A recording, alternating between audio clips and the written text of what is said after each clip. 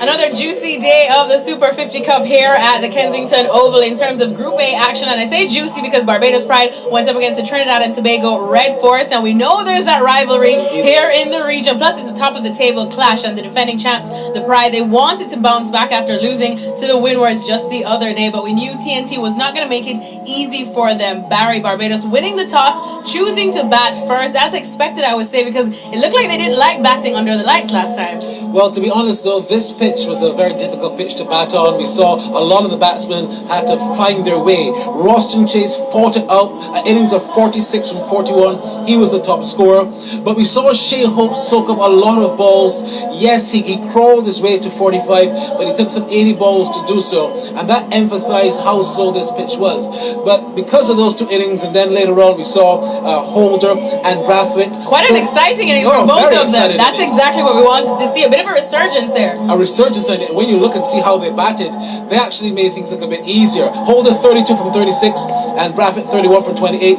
They got Barbados to 235, and that was important because at some stages in the game it didn't look like they were going to get there. But with shots like these, you would understand why they were able to get over 230 runs. So 236 the target. Now we know that Barbados would have definitely fancied their chances defending that as well. And you just mentioned Jason Holder. Well, he was the main protagonist as well when it came to bowling. He took the first 3 wickets in fine fashion, Barry. He did. I mean, look at some of these deliveries. Yes, it is true that the pitch was not the best, like I said earlier, but you look at the fact that some of the Trinidad and Tobago batsmen did not show the fight that perhaps a Holder, a Hope, or even a Chase showed, and it was no wonder that Jason got those early 3 wickets. On the pitch, though, he spoke quite extensively about it.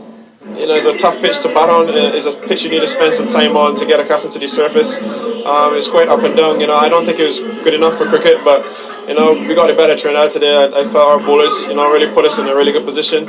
And yeah, I think the important knock to me was from Shea. Although, you know, he spent a lot of time there, it was crucial because any batsman starting the wicket was quite difficult. So we knew we had to keep wickets in hand and bat as deep as possible. And anything in excess of 220 we felt was a good total. So to get 230 was a plus, and we always back ourselves to come on bowling.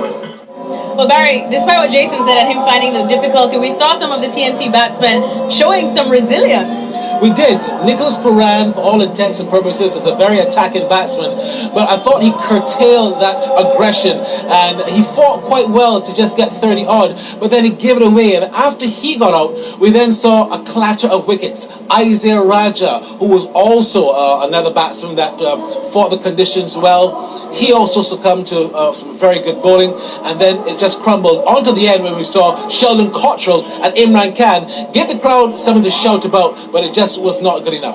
Well, in the end, a little bit of rain came, some lights went off, but at the end of the day, when it was all said and done, Barbados Pride winning this one by 32 runs. Now, importantly, I know, Barry, I had spoken to a lot of the players before, and they said they wanted today to be the day where they could wrap things up and pretty much guarantee or have a first step into the semi-finals so that those traveling with the West Indies team on Friday can leave. So what can we expect from this team in the next match? Because they're going to rest some of the big names. Yeah, Shea Hope is not playing any longer, Carlos Brathwaite either, or Kemar Roach. So they've done a good thing by making Barbados pretty safe, because the younger players will want to come in now and try and just keep things going until they get to the semi-final stage. So Barbados Pride with another win to their name, only 1 loss so far in the group stages, and today they have won by 32 runs over the Red Force.